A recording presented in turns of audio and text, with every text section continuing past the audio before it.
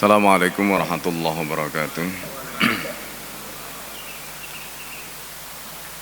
Bismillahirrahmanirrahim. Alhamdulillah wassalatu ala Rasulillah wa ala alihi wa sahbihi wa mawalah.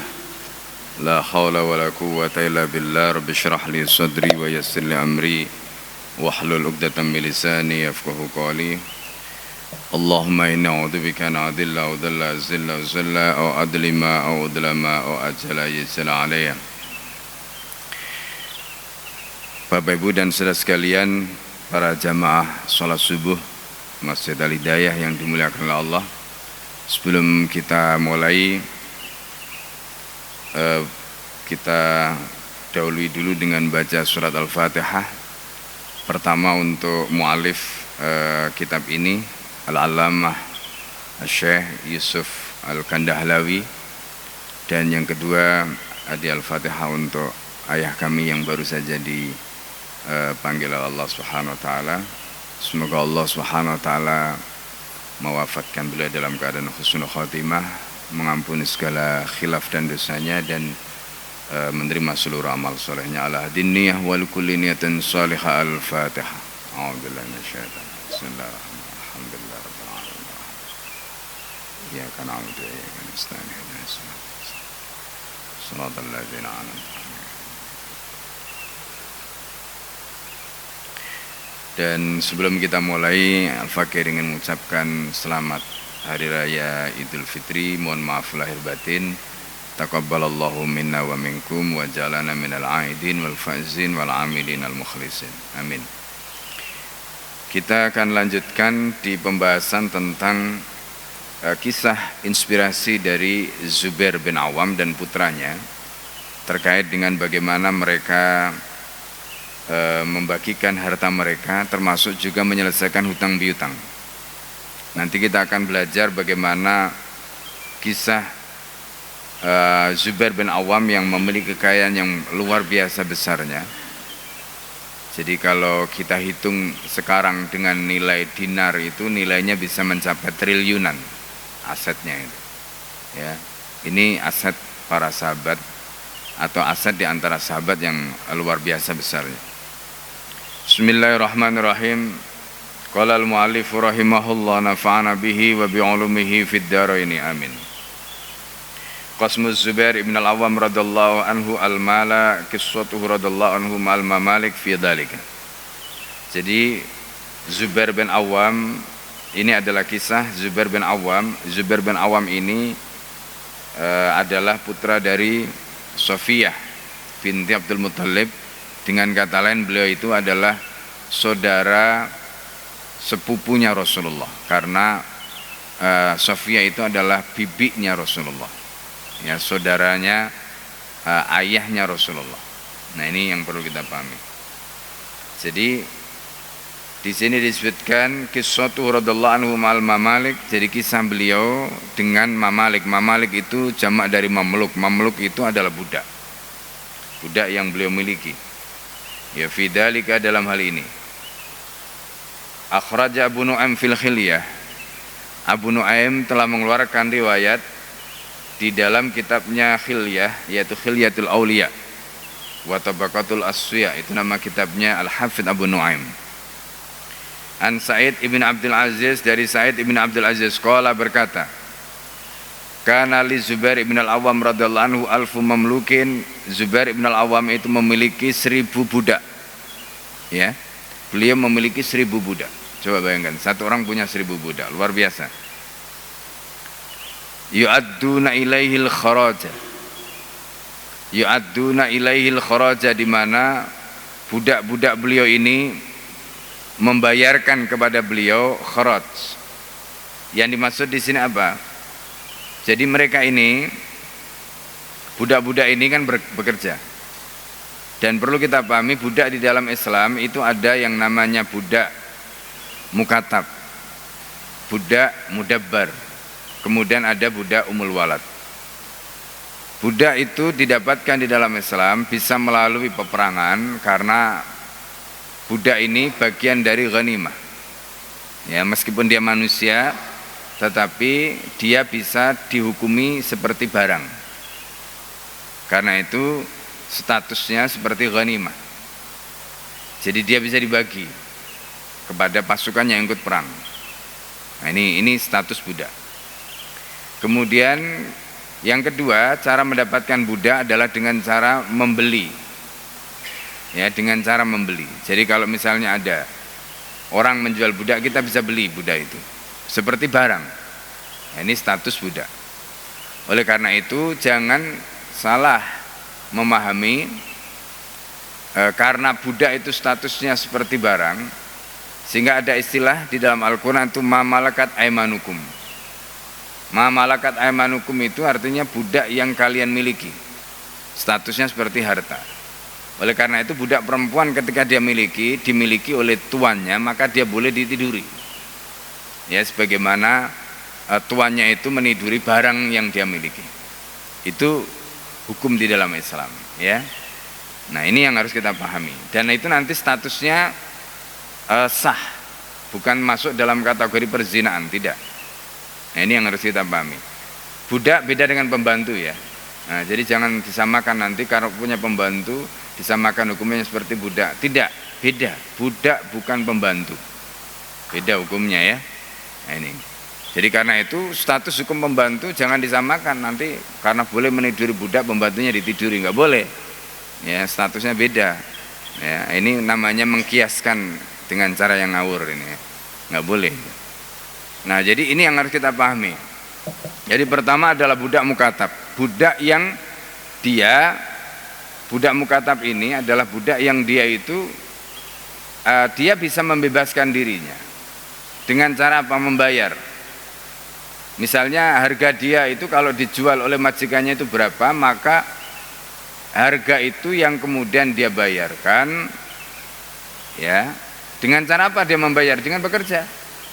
Jadi apa yang dia lakukan menghasilkan harta, maka harta itu dibayarkan kepada majikannya, kepada sayyidnya, kepada tuannya, gitu. Kemudian setelah itu, ya, nanti kalau terkumpul sejumlah tertentu, ya bisa jadi dia merdeka dengan jumlah yang sudah dia bayarkan tadi. Nah, inilah yang di dalam kitab ini itu disebut dengan istilah yu'adduna ilal kharaj. Ya, jadi budak itu 1000 budaknya Zubair tadi itu membayarkan pada Zubair itu kharaj tadi. Kharaj di sini bukan berarti terkait dengan pendapatan dari tanah kharaj dia. Itu nanti ada istilah lain lagi. Ya. Ada istilah lain lagi. Tapi yang dimaksud di sini adalah bahwa budak itu membayarkan apa yang menjadi, ya, apa yang menjadi hasil pekerjaan dia. Berarti statusnya budak tadi adalah merupakan budak mukatab. Nah, ini. Jadi statusnya sebagai budak mukatab. Itu kemungkinan pertama. Ya. Nah, ini. Nah, yang kedua adalah ada budak yang disebut dengan budak mudabbar. Budak yang dia bisa bebas ketika tuannya meninggal. Dan yang ketiga adalah budak yang disebut dengan umul walad. Ya, budak umul walad itu adalah budak yang dia ditiduri oleh majikannya, kemudian dia melahirkan anak dari majikannya. Ini namanya budak umul walad. Maka status anak yang lahir dari hasil hubungan antara tuan dengan budak tadi, anaknya itu nanti merdeka karena bapaknya merdeka. Maka tidak boleh majikan perempuan tidur dengan budak laki-laki, tidak boleh. Kenapa? Karena nasab itu dikembalikan kepada bapaknya, bukan kepada ibunya. Jadi kalau bapaknya budak, ibunya merdeka, nanti anaknya jadi budak. Nah, ini nggak boleh. Makanya di dalam Islam diatur yang boleh itu adalah majikan laki-laki dengan budak perempuan. Nah, makanya ada istilah budak umul walad. Nah, gitu ya, budak umul walad. Nah, ini yang ngerti pahami. Fakana yaksimuhu kulalailatin. Jadi apa yang dibayarkan oleh 1000 budaknya tadi itu kepada Zubair bin Awam tadi itu kemudian dibagi oleh Zubair itu kulalailatin setiap malam. Jadi apa yang dihasilkan oleh budak tadi itu kemudian dibagikan oleh Zubair kepada kaum muslimin setiap malam. Summa yakumu ila manzili, kemudian dia kembali ke rumahnya. Zubair itu kembali ke rumahnya. Walaysa ma'ahu minhu syai'un, dan dia tidak punya apa-apa lagi. Padahal Zubair ini kaya raya, tapi kekayaannya itu bukan ditumpuk. Ya, Kekayaannya itu bukan ditumpuk, tapi kekayaannya tadi apa? Disebarkan, distribusikan kepada siapa membutuhkan. Nah, ini luar biasa. Ya, nah ini. Kemudian wa an Mughits ibni Sumayyin, dari Mughits ibni Sumay, qala kana li Zubair afum mamlukin yu'adduna ilal kharaj. Zubair itu memiliki 1000 budak, mereka membayarkan kepada Zubair itu kharaj. Tadi kita sudah jelaskan maknanya. Ma yudkhilu baita min kharajim dirhaman. Ya. Di situ disebutkan sehingga tidak masuk ke dalam rumah Zubair dari kharaj mereka tadi, apa yang didapatkan melalui budak-budak tadi itu 1 dirham pun enggak ada yang masuk ke rumahnya. Kenapa? Karena apa yang didapatkan Zubair itu kemudian diinfakkan lagi sampai habis. Jadi pulang ke rumah enggak bawa apa-apa. Subhanallah. Nah, ini sahabat. Jadi Masya Allah ya, kita kalau membayangkan begitu, orang kaya pendapatannya banyak tapi nggak punya saving. Berarti apa? Dia investasikan tadi itu, hartanya tadi itu dengan dibagi tadi. Masya Allah, luar biasa. Wa akhraja al-Baihaqi an Mughits mislahu. Al-Baihaqi mengeluarkan riwayat seperti itu dari Mughits. Wa akhraja Ya'qub bin Sufyan nahwahu kama fil Isabah. Begitu juga Ya'qub bin Sufyan mengeluarkan hadis atau riwayat yang sama sebagaimana disebutkan dalam kitab Al-Isabah. Kitab Al-Isabah ini adalah kitabnya Ibnu Hajar Al-Asqalani, Al-Isabah fi Tamyiz Sahabah. Nah, itu adalah riwayat yang pertama ya, tentang bagaimana Zubair yang kaya raya, tetapi kemudian beliau dengan kekayaannya tadi itu beliau mendermakan hartanya tadi. Ya, jadi ini filosofi infak ya. Filosofi infak itu atau sedekah, Bapak Ibu sekalian, apa yang disedekahkan itu abadi, apa yang belum disedekahkan itu habis. Jadi kalau kita ingin meninggal dunia membawa harta kita, bagaimana caranya harta kita di dunia kita bawa, di akhirat kita bawa? Caranya harta itu kita sedekahkan. Ya. Apalagi kalau kita sedekahkan sedekah jariyah, wakaf. Itu luar biasa. Harta itu nanti akan terus ngalir. Berarti apa? Harta itu kita bawa sampai mati. Gitu loh. Jadi kalau kita ingin membawa harta itu sampai mati, caranya begitu. Justru yang kita naiki, kita nikmati, kita itu enggak kita bawa mati, hilang itu. Hilang. Apa yang kita bawa mati itu apa yang kita sudah sedekahkan tadi. Itu filosofinya. Makanya Zubair luar biasa. Ya kan, luar biasa. Itu yang mereka pahami. Coba bayangkan ya, Zubair yang kayak begitu, jihadnya kayak begitu, dakwahnya kayak begitu. Ya, bersama Rasulullah itu Masya Allah, beliau itu dikenal sebagai khawari.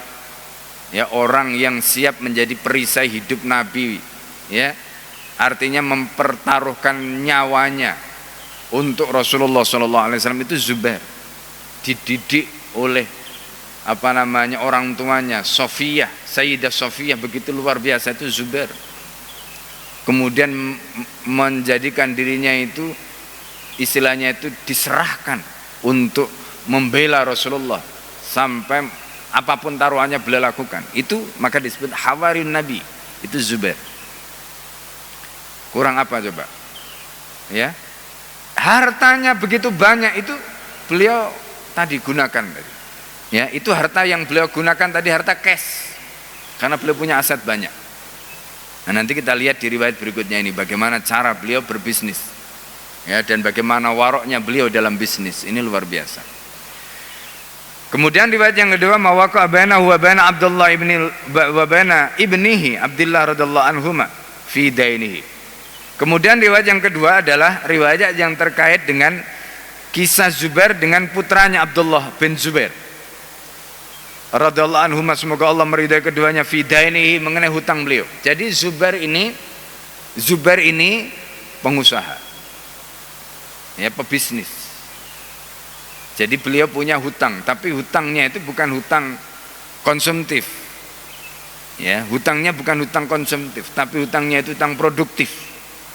Ini yang harus dipahami. Wa akhrajal Bukhari an Abdullah ibn Zubair radhiyallahu anhuma Al-Bukhari telah mengeluarkan riwayat dari Abdullah bin Zubair radhiyallahu anhu qala, berkata, lama waqafa Zubair yaumal Jamal. Ketika Zubair ya pada saat perang Jamal berdiri, da'ani ya, beliau itu berhenti. Pada saat perang Jamal itu perang yang terjadi antara Sayyidah Aisyah radhiyallahu anha dengan Sayyidina Ali karramallahu wajhaha. Maka ini disebut dengan apa namanya? Perang fitnah. Kenapa disebut perang fitnah? Karena melibatkan dua kaum muslimin, karena melibatkan orang-orang terbaik. Sayyidina Ali ini adalah saudara sepupu Rasulullah, anak pamannya, yang ketika itu jabatannya menjadi khalifah. Kemudian ibunda Aisyah radhiyallahu anha itu adalah istri baginda Nabi Muhammad SAW. Bayangkan ya, ini dari keluarga terbaik, rumah terbaik, madrasah terbaik, kemudian ada perselisihan sampai kemudian meletus perang yang namanya Waqatul Jamal. Kenapa disebut Waqatul Jamal? Karena ibunda Aisyah ketika itu memimpin peperangan itu dengan mengendarai unta. Akhirnya Waqatul Jamal ini dimenangkan oleh Sayyidina Ali, dan ibunda Aisyah ini kemudian dimaafkan, diberi amnesti, ya, diberi amnesti. Dan kemudian ibunda Aisyah sendiri setelah itu bertobat, menyebut kebaikan Sayyidina Ali karena tetap memperlakukan beliau dengan penghormatan ya sebagai ummahatul mukminin. Ini yang perlu dicatat ya. Jadi kalau ada orang Syiah itu sampai hari ini bencinya setengah mati kepada ibunda Aisyah, maka mereka ingat, mereka itu bukan mengikuti Sayyidina Ali ya, mereka bukan mengikuti Sayyidina Ali, tapi mereka ini adalah orang-orang yang tersesat dari jalan Sayyidina Ali. Jadi mereka mengklaim sebagai Syiatu Ali, pengikutnya Ali, pecintanya Ali, muhibbinya Ali, tapi sesungguhnya mereka sesat dari jalannya Sayyidina Ali, karena Sayyidina Ali sudah memberikan amnesti kepada ibunda Aisyah. Dan setelah itu tidak ada kata-kata atau pembicaraan atau apapun yang beliau sampaikan yang buruk tentang ibunda Aisyah. Ini jangan salah ya. Nah, jadi ini kadang-kadang pentingnya ya kita itu memahami sirah, memahami sejarah itu di sini, jadi supaya kita bisa mendudukkan gitu. Karena ada banyak orang yang kadang-kadang mengklaim ya, karena mereka nggak paham sejarah, sehingga akhirnya kemudian diikuti ya juga oleh orang-orang yang nggak ngerti. Akhirnya kita sama-sama tersesat dari jalan yang seharusnya ya tidak kita ikuti. Da'ani, kata Abdullah ya, Zubair itu memanggilku, da'ani, memanggilku. Fakumtu ila janbihi, maka aku kemudian berdiri di sebelahnya. Faqala, kemudian beliau mengatakan, ya bunayya, wahai putraku. Nah, sedikit sebelum Al-Fakir lanjutkan. Jadi dalam peristiwa Waqatul Jamal tadi, kemudian Zubair itu meninggalkan peperangan. Karena beliau dinasihati sama Sayyidina Ali, kan mereka ini saudara sepupu kan. Sayyidina Ali itu adalah putra dari Abu Thalib. Abu Thalib itu adalah saudaranya Sofia. Sofia itu adalah ibunya Zubair. Jadi saudara sepupu. Kemudian kata Sayyidina Ali apa? Ketika menasihati Zubair, ya, ala tadhkur ma qalahun nabi anni, katanya. Apakah kamu tidak ingat tentang apa yang disampaikan Nabi tentang aku? Ali ma'al haq, katanya. Ali itu bersama kebenaran. Jadi kalau sekarang kamu berhadapan dengan aku, berarti kamu berada di posisi yang alal batil wa nahnu alal haq, kata Sayyidina Ali. Ingat itu hadis Nabi.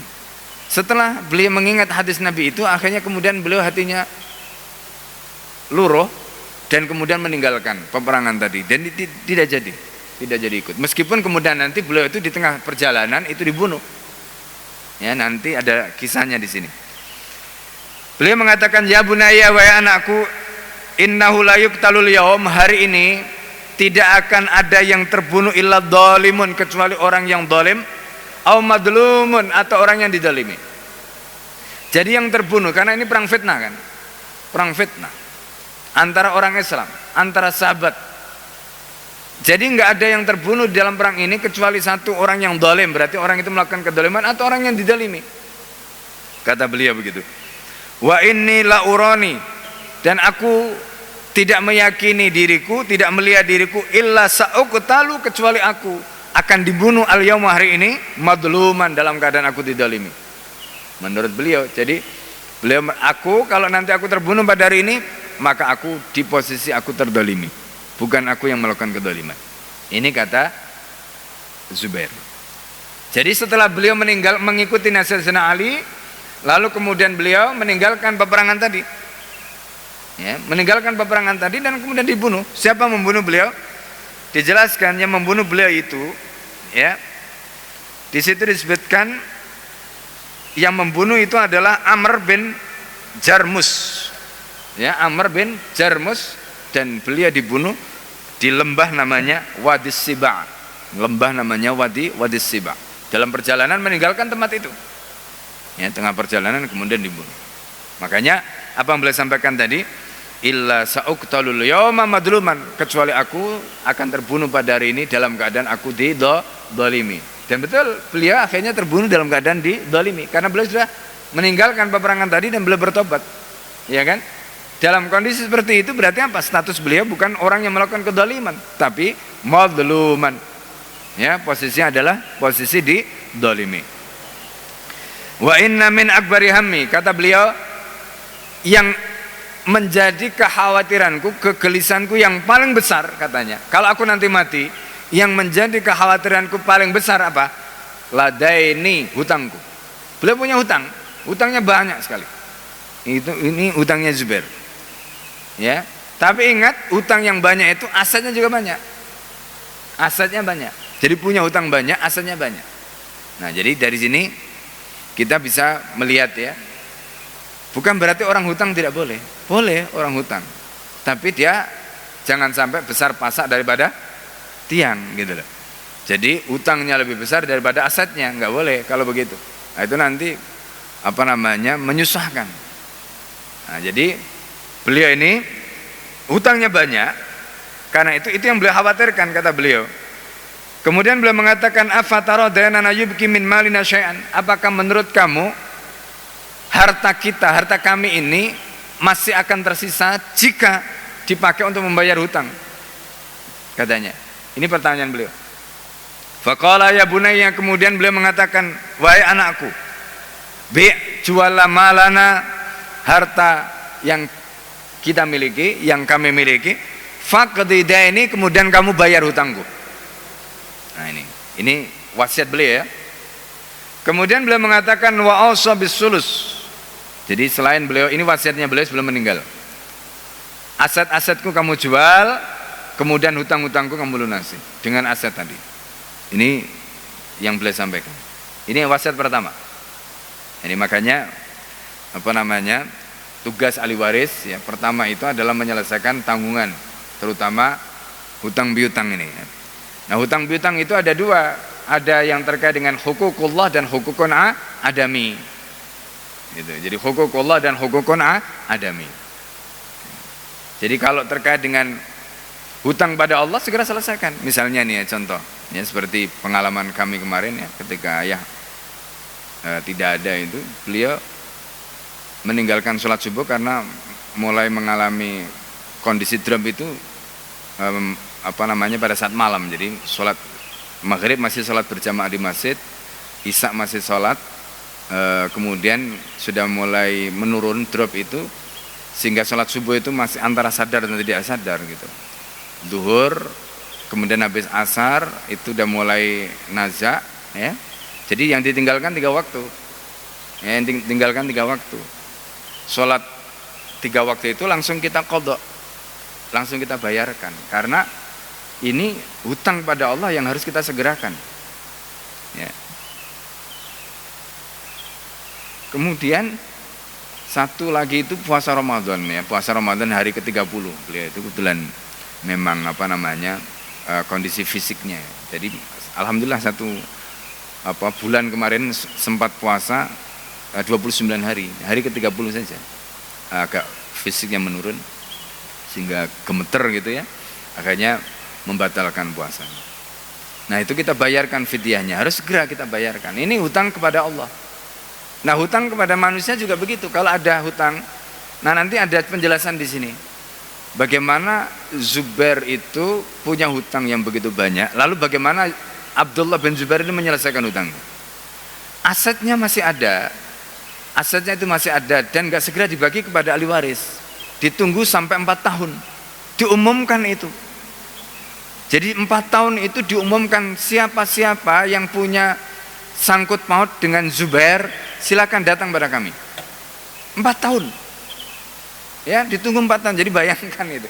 Misalnya jamaah di masjid ini ya, siapa yang punya, itu ya, diumumin 4 tahun. Karena kan kadang zaman dulu kan nggak semua hutang itu dicatat ya, gitu. Kita juga bingung gitu karena nggak semua hutang piutangnya itu tercatat.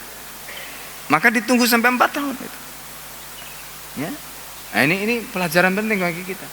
Setelah 4 tahun itu nggak ada orang yang klaim hutang tadi, maka baru kemudian asetnya dibagi kepada siapa, ahli warisnya.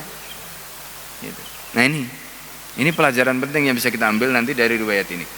Nah ini pertama ya, terkait dengan hutang piutangnya tadi. Kemudian yang kedua, wa'ausa bisulus, wasiat yang kedua. Wasiat yang kedua, beliau itu berwasiat sepertiga wasulusuhu libanihi. Jadi bisulus. Jadi sepertiga tadi kan wasiat itu ya.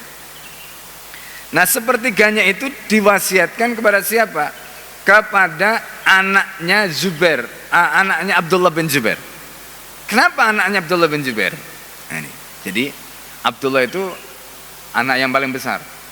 Anak-anaknya Abdullah bin Zubair itu kalau dibanding dengan paman-pamannya, maksudnya saudaranya Abdullah itu hampir seumur gitu. Sementara anaknya tadi itu dia tidak bisa mendapatkan bagian karena mahjub. Ya, karena mahjub. Jadi misalnya gini ya, kami dulu punya kakek ya, punya aset, tapi karena ada ayah, maka kami nggak dapat bagian. Itu namanya mahjub, terhalang. Jadi semua bagian dari warisan kakek itu untuk ayah. Nah itu namanya mahjub. Jadi kita anak laki-laki ini terhalang. Nah putranya Abdullah bin Zubair itu juga sama, terhalang oleh siapa? Abdullah. Karena dia terhalang, maka bagaimana? Zubair itu memberi wasiat-wasiat pada siapa? Cucunya. Nah gitu caranya ya. Nah, jadi cucunya yang mahjub tadi itu diberi wasiat dari siapa? Kakeknya. Nah, gitu. Jadi kalau misalnya kita mau ngasih warisan, begitu caranya ya. Karena kalau nunggu bagian warisan maka ketutup sama bagian bapaknya. Nah gitu. Nah yaqulu, kemudian beliau mengatakan salisi sulusa. Jadi sulus tadi itu kamu bagi menjadi 3. Jadi yang sulus tadi kamu bagi menjadi 3. Fa in fadala min malina, kalau masih ada tersisa dari harta kami itu fadlun, sisa. Jadi hartanya tadi itu dibagi 3 ya. Kemudian sepertiganya tadi kan diwasiatkan tadi. Kalau kamu masih ada tersisa dari harta tadi itu ba'da qada'i daini, setelah dibayarkan hutang-hutang tadi, fasulusu liwalidika. Ya. Maka sepertiganya itu nanti kalau masih tersisa ini kamu bagikan untuk anakmu. Qala Hisham, maka Hisham berkata, wa kana ba'du waladi Abdillah qad waza ba'da bani Zubair. Jadi sebagian anaknya Abdullah bin Zubair itu setara umurnya, sebaya umurnya dengan sebagian anaknya Zubair. Hubaib, ya, Abbad, ini nama-namanya. Walahu yauma idin tis'atu banin. Ketika itu Zubair itu memiliki ya 9 anak laki-laki, watis ubanat, dan 9 anak perempuan. Qala Abdullah, maka kemudian Abdullah berkata, faja'ala yusini bidainihi, maka kemudian beliau memberikan wasiat padaku untuk menyelesaikan hutangnya. Wa yaqulu ya bunayya, beliau kemudian mengatakan, wahai anakku, in ajasta an syai'in, kalau kamu tidak mampu minhu, dengan harta yang ada tadi, aset yang ada tadi, fasta'in alaihi maulaya, katanya, kamu meminta tolong kepada tuanku. Ya, kamu minta tolong kepada tuanku, kepada majikanku, kalau kamu nggak mampu. Qala, kemudian Abdullah bin Zubair bertanya, siapa tuanmu? Ya. Beliau mengatakan begini, qala fa wallahi, demi Allah, ma daraitu ma arada, aku nggak ngerti apa yang dia inginkan, hatta qultu ya abati. Jadi Abdullah bin Zubair diajak ngomong begitu nggak ngerti siapa ini tuannya beliau ini. Kan beliau ini kan orang merdeka. Orang merdeka kan nggak punya maula, nggak punya tuan. Lalu kalau kemudian tidak mampu diminta untuk minta tolong tuannya, siapa tuan yang dia maksud ini? Yang beliau maksud ini siapa? Lalu kemudian beliau mengatakan ma daraitu ma arada, aku nggak ngerti apa yang diinginkan. Hatta qultu, sampai aku bertanya, Ya abati, wahai ayahku, man maulaka, siapa yang Anda maksud dengan tuanmu itu? Ini pertanyaan Abdullah. Qala Allah azza wa jalla, katanya. Jadi yang saya maksud dengan tuanku majikan, ya Allah lah, gitu ya, Allah.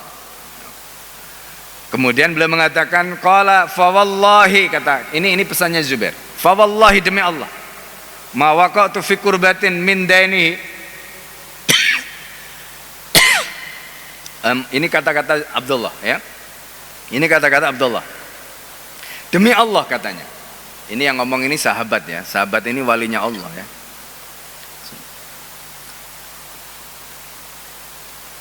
Ini yang ngomong sahabat, ya, dan sahabat ini walinya Allah, kekasihnya Allah. Di dalam kitab Khilyatul Auliya wa Tabaqatul Asfiya, termasuk dalam kitab Sifatus Saffanya Al-Hafidh Ibnul Jauzi, sahabat-sahabat ini level kewaliannya itu satu tangga di bawah Rasulullah SAW. Jadi Rasulullah ini nomor satu, kemudian para sahabat, ya, Abu Bakar, Umar, Utsman, Ali, diurut, ya, itu dalam kitabnya Al-Hafidh Ibnul Jauzi. Jadi beliau mengatakan, ini kata Abdullah ini putranya, fa wallahi, demi Allah, ma waqa'tu fi kurbatin, aku tidak pernah mengalami kesulitan min dainihi, ya, karena hutang beliau itu, illa qultu, kecuali aku ketika kesulitan itu, mengalami kesulitan itu, kecuali aku katakan, ya maula Zubair, katanya. Karena Zubair mengatakan begitu, ya, kalau kamu punya kesulitan, bilang saja kamu kepada tuanku. Dan betul, nasihat itu, wasiat itu dilakukan oleh putranya. Jadi kalau putranya itu kesulitan, beliau bilang apa? Ya maula Zubair, wahai majikannya Zubair, wahai tuannya Zubair. Masya Allah. Apa yang terjadi kemudian? Ya, ikdi anhu dainah, engkau lunasi hutangnya Zubair. Apa yang terjadi? Fayaqdiyahu, maka Allah pun melunasi hutangnya Zubair. Subhanallah. Nah, ini, ya, gimana caranya? Ya Allah memberikan rezeki yang diminta oleh putranya Zubair tadi, karena atas permintaan ayahnya Zubair tadi. Subhanallah. Nah ini loh, ya, kekasihnya Allah ini, masya Allah, ya, luar biasa. Nah ini, ya, ini juga rumus, ya. Jadi untuk takmir yang punya hutang, ya, antum harus yakin bahwa kita ini walinya Allah, karena kita ngurus rumahnya Allah, gitu lah. Jadi harus yakin, ya Allah, ya, apa namanya, maula, itu tuan, jadi maula kita, tuan kita, ya, kita punya gitu. Jadi kadang-kadang ini sebenarnya bukan apa namanya ijazah khusus, tapi sering Al-Fakir amalkan. Jadi kalau kita mengalami kesulitan, itu kita bisa bertawasul dengan amal soleh kita, ya, kita bisa bertawasul dengan amal soleh kita. Dengan amal soleh yang kita lakukan itu, maka kurbah tadi, kesulitan tadi akan Allah bukakan jalannya. Seperti dalam kisah, di dalam hadis, di dalam kitab Riyadhus Shalihin, itu kan ada 3 orang yang apa namanya terperangkap di dalam gua, ketutup sama batu yang kemudian nggak bisa keluar, tapi kemudian mereka berdoa kepada Allah supaya batu tadi itu bisa dipecahkan. Gimana mereka nggak punya alat? Maka masing-masing orang itu sepakat, ayo kita tawasul dengan amal soleh kita masing-masing. Akhirnya apa? 1 orang bertawasul, batu itu kemudian retak, kerketak. 2 orang yang kedua tawasul dengan amal solehnya, kemudian batu itu retak semakin lebar. Orang yang ketiga langsung kemudian batu itu terbuka. Itu namanya tawasul dengan amal soleh. Silakan, ya. Jadi panjenengan semua yang membangun masjid ini, mungkin ketika ada kesulitan, mohon kepada Allah, ya Allah, ini bukan milikku, ini bukan rumahku, ini milikmu, ini rumahmu, ya, kami punya hutang sekian, lunasi ya Allah, beres, insya Allah, ya, begitu caranya.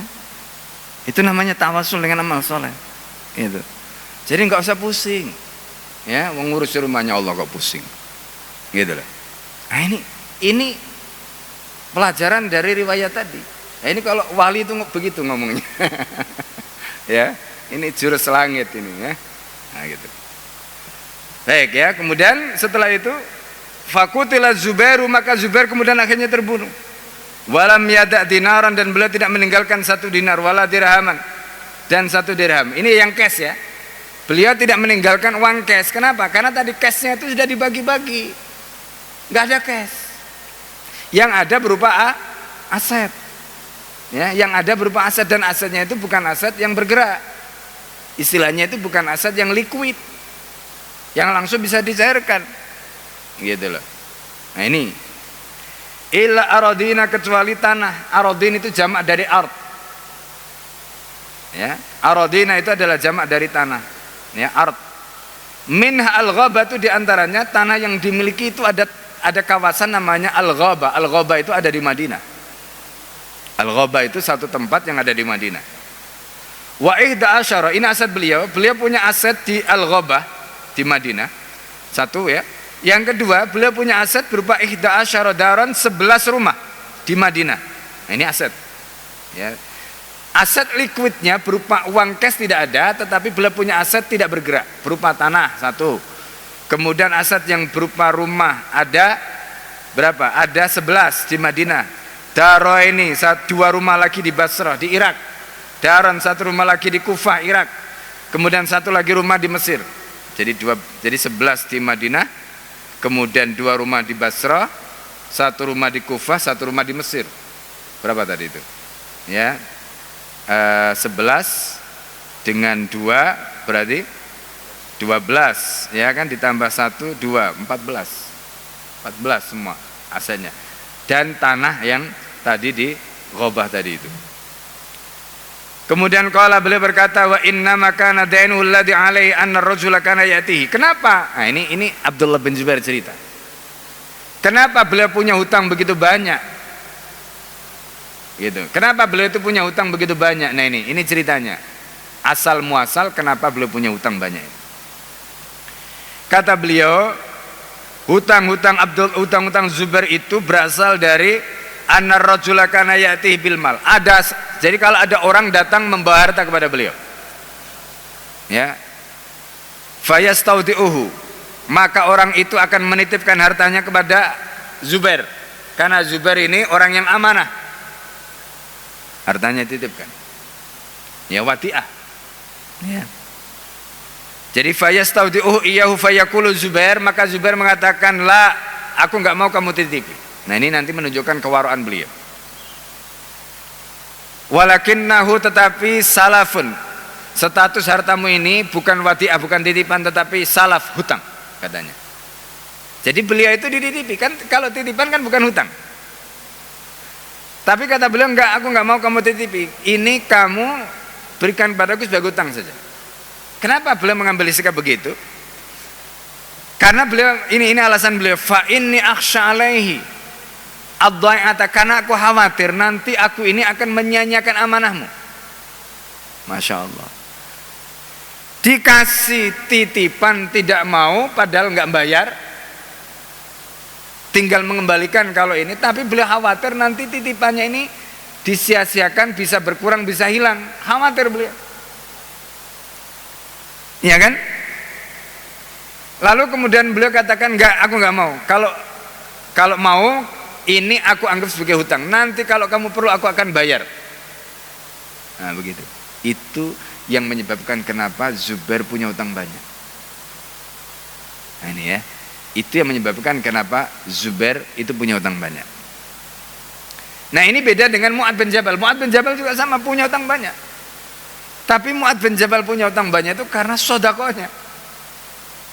Ya, ini Mu'ad bin Jabal. Nah, kemudian beliau mengatakan di sini, wa ma waliya imaratan qattu wala jibayata kharajan wala sya'ila ayyakuna fi ghazwatin ma'nabi. Beliau itu tidak pernah memimpin kepemimpinan maupun mendapatkan jibayah. Jibayah itu apa? Tadi itu pemasukan dari budak tadi itu, atau kharaj. Wala syai' atau apapun illa ayyakuna fi ghazwah, kecuali beliau mendapatkan melalui peperangan bersama Rasulullah. Jadi kalau tadi beliau punya 1000 budak, itu semua beliau dapatkan melalui peperangan bersama Rasulullah. Kenapa bisa mendapatkan begitu banyaknya? Karena Zubair itu adalah seorang kesatria. Kalau beliau perang itu beliau udah nggak takut mati, ya. Posisinya itu posisi terdepan. Orang yang, wah, ibaratnya itu urat takutnya itu sudah putus. Ini Zubair bin Awam. Jadi wajar kalau kemudian orang seperti ini dapat ghanimah banyak. Ya, karena beliau ada di medan itu. Gitu, berada di posisi di situ. Nah, ini yang harus kita pahami. Makanya kata Abdullah, beliau itu tidak mendapatkan harta kecuali melalui peperangan bersama Rasulullah sallallahu alaihi wasallam. Aw ma Abu Bakar dan bersama Abu Bakar wa Umar dan Umar wa Utsman dan Utsman radhiyallahu anhum. Semoga Allah meridhai mereka. Qala Abdullah bin Zubair, kemudian Abdullah bin Zubair mengatakan fa hasabtu ma alaihi minad-dain. Lalu kemudian aku hitung hutang-hutangnya Zubair tadi, aku hitung. Fa wajadtuhu, ternyata aku dapati hutangnya itu berapa? Hutangnya itu ternyata alfai alfin wa mi'ati alfin. Alfai alfin itu berarti 2 juta. Alfai alfin ya. Kalau alf itu berarti 1000 berarti berapa? 1 juta. Kalau alfai alfin itu berarti jadi di situ disebutkan, jadi nilainya total 2 juta wa mi'ati alfin, 200.000. Jadi 2.200.000 itu utangnya beliau. Tapi 2.200.000 berapa atau apa yang menjadi apa? Nilai tukarnya itu apa? Apakah rupiah ataukah dinar, apakah ringgit ataukah apa, kan ini berbeda kan nanti. Kalau kita hitung pakai dinar, maka itu sudah luar biasa besarnya. Bayangkan kalau 1 dinar itu 4,25 gram. Lah kalau itu dikalikan ya 4,25 kali 2.200.000 itu sudah ya dikalikan 1 gramnya katakanlah misalnya 1 juta. Itu nilainya 9 triliun. Nilainya itu 9 triliun itu. Ya, kalau kita hitung itu. Loh, individu punya utang segitu ya luar biasa. Ya, besarnya itu. Ya, nah ini. Qala, kemudian berkata beliau, falaki Hakim ibn Hizam Abdullah. Ya, Ibn Zubair. Maka Hakim bin Hizam itu menemui Abdullah bin Zubair. Faqala, kemudian beliau mengatakan, ya ibn akhi, wahai putra saudaraku, wahai keponakanku, kam kana ala akhi minad-dain. Jadi dia ingin tanya, berapa saudaranya ini punya hutang? Kam kana ala akhi minad-dain, berapa hutang saudaraku? Fakatamahu, Abdullah bin Zubair menyembunyikan. Karena saking gedenya, sembunyikan. Faqala, kemudian beliau mengatakan mi'ata alfin, 100.000. Dia sebut 100.000. Disebut 100.000, sebenarnya nggak salah juga kan, 100.000 kan bagian dari 2.200.000 ya, nggak salah. Cuma beliau tidak menyebutkan semua. Nanti kalau sebutkan semua bisa mungkin kaget ya, karena itu gede sekali utang segitu.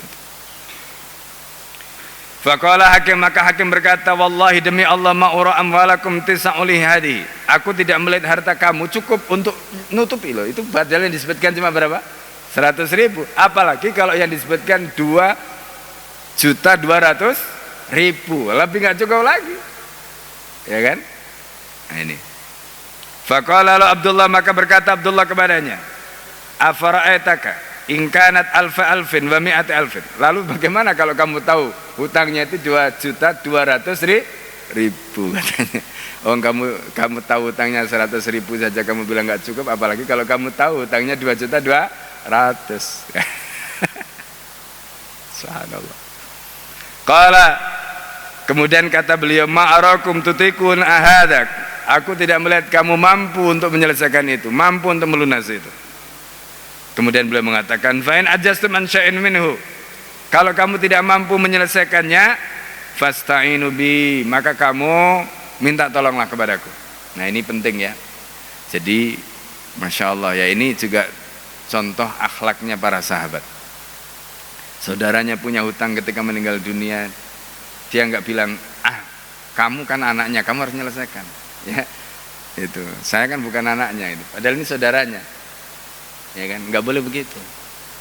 Jadi kalau kita punya saudara meninggal, kalau kita laki-laki punya harta, ya bantu saudara untuk menyelesaikan hutang-hutangnya tadi. Nah, itu. Kata Hakim bin Hizam tadi, kalau kamu kepada Abdullah bin Zubair tadi, kalau kamu tidak sanggup menyelesaikan hutangnya, kamu bilang aku, nanti aku akan bantu. Ya, ini. Qala maka berkata wa kana Zubair ishtara ghabah. Beliau mengatakan Zubair itu dulu pernah membeli satu tempat namanya Al-Ghabah bisab'ina wa mi'ati alf. Harganya berapa? 700 bisab'ina wa mi'ati alf. Jadi 170.000. Ghabah itu tempat yang tadi kita sebut di Madinah, dibeli oleh Zubair itu seharga 170.000.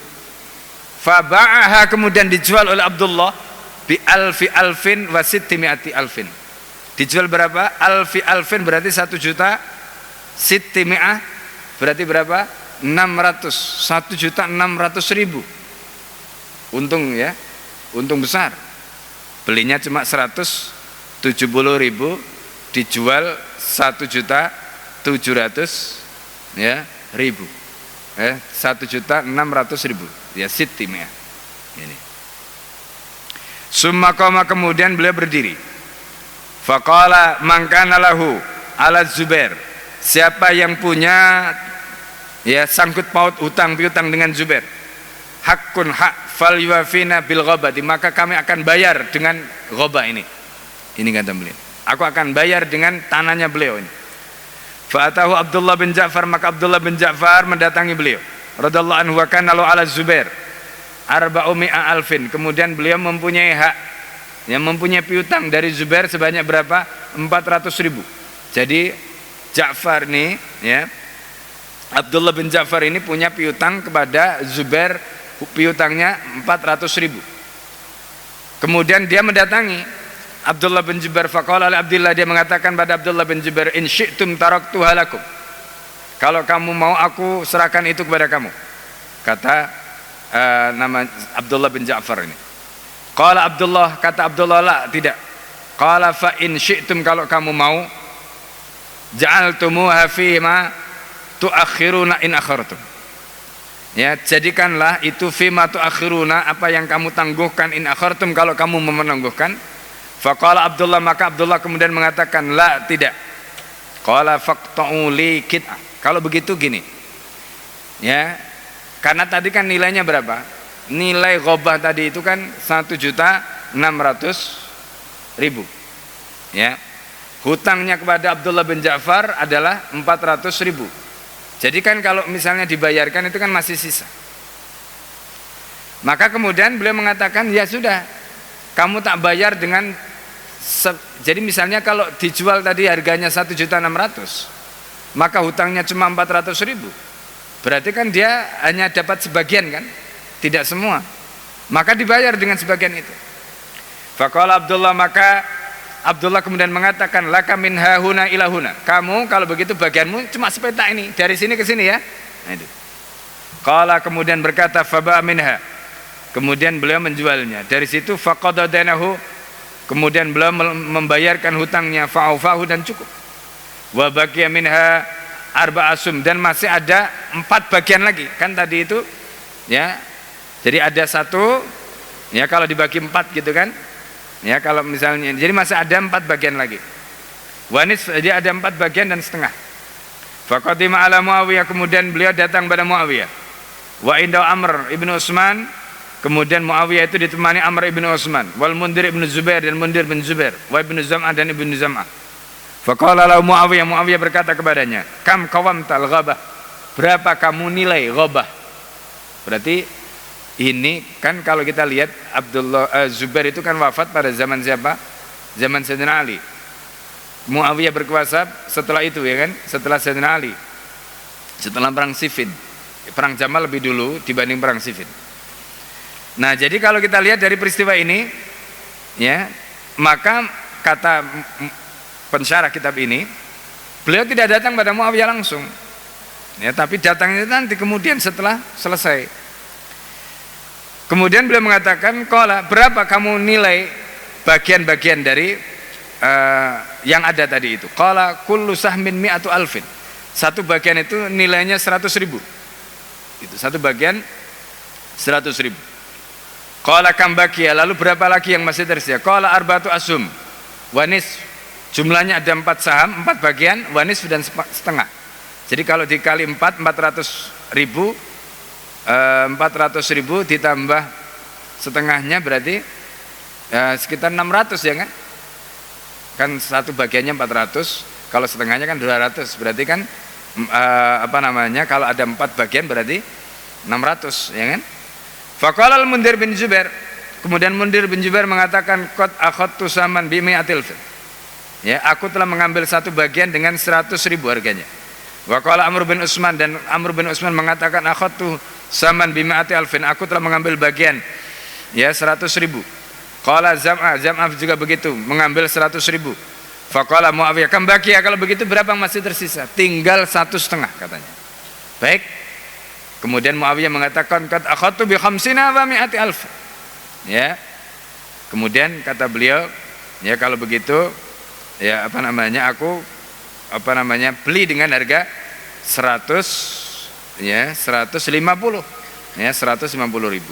Nah ini kata beliau. Qala wa Abdullah bin kemudian Abdullah bin Ja'far yang pertama tadi kemudian menjual bagiannya min Muawiyah bi sittimi'ah alfin dengan harga sittimi'ah ya. Jadi dengan harga 600.000. Jadi bagiannya dari Muawiyah tadi itu dijual dengan harga 600.000. Qala falamma faragha Ibnu Zubair min qada'i dainihi. Nah, ketika Abdullah bin Zubair ini selesai membayar hutang-hutangnya Zubair bin Awam, selesai akhirnya hutang-hutangnya tadi. Qala Banu Zubair, maka anak-anak Zubair itu berkata, iksim bainana mirathana, kalau begitu anak-anak Zubair tadi nuntut, kalau begitu kamu bagi harta warisan untuk kami katanya. Qala kata Abdullah, la, tidak, wallahi demi Allah, la aqsimu bainakum, aku tidak akan membagi harta itu di antara kalian. Hatta unatiya bil mausim 4 sinin, sehingga aku akan memanggil, akan menyampaikan ini, pengumuman ini ya pada musim haji selama 4 tahun. Nah ini tadi yang Al-Fakir sebutkan, 4 tahun pada musim haji diumumkan di musim haji itu ya. Kenapa di musim haji? Karena musim haji itu adalah tempat berkumpulnya seluruh kaum muslim dari seluruh dunia. Sementara Zubair ini adalah sahabat yang juga pernah diutus oleh Nabi ke berbagai belahan. Coba bayangkan kalau mungkin ada orang yang punya sangkut paut hutang piutang dengan Zubair, mungkin tidak ada di situ tapi ada mungkin di wilayah yang lain kan. Kapan ketemunya? Pada saat musim haji. Maka diumumkan itu di musim haji. Bukan hanya setahun tapi 4 tahun. Masya Allah. Nah ini ya, untuk apa? Untuk memastikan tidak ada lagi orang yang punya sangkut paut. Nah ini sampai 4 tahun, sampai begitu. Ala man kana lahu ala Zubair dainun falyatina falnaqdi, katanya. Ingat, siapa saja yang punya sangkut paut utang piutang dengan Zubair, kata beliau, datang pada kami maka kami akan bayar, katanya. Ya ini. Qala, maka kemudian berkata, faja'ala kulla sanatin yunadi bil mausim. Setiap tahun itu beliau panggil, beliau umumkan. Falamma madha 4 sinina, setelah berlalu 4 tahun, qasama bainahum, baru dibagi itu harta peninggalan dari Zubair tadi. Qala wa kana li Zubair 4 niswa, Zubair itu punya 4 istri. Wa rafa sulus, ya. Kemudian sepertiganya tadi itu diambil. Kan tadi itu sudah diwasiatkan kan sepertiganya. Fa asaba kullu imra'atin, setiap istrinya yang 4 tadi itu, setiap istrinya mendapatkan berapa? Alfin. Masih banyak ternyata ya. Mendapat berapa? 1.200.000 setiap istrinya. Coba hitung, 1.200.000 kalau dikalikan dinar itu berapa? Ya, banyak itu. Satu istrinya masih dapat warisan segitu banyak ya. Masya Allah, luar biasa. Ya, luar biasa. Nah ini. Fajami mali khamsuna alfin. Akhirnya hartanya tadi setelah dihitung semua tadi itu, ternyata jumlahnya adalah 50.200.000. Coba, 50.200.000, besar sekali. Artinya hartanya itu lebih besar daripada hutangnya. Kalau tadi hutangnya kan cuma 2.200.000, kecil dibanding dengan asetnya sebanyak 50.200.000. Nah ini. Qala Ibnu Katsir fil Bidayah, ini komentar Ibnu Katsir dalam kitab Al-Bidayah.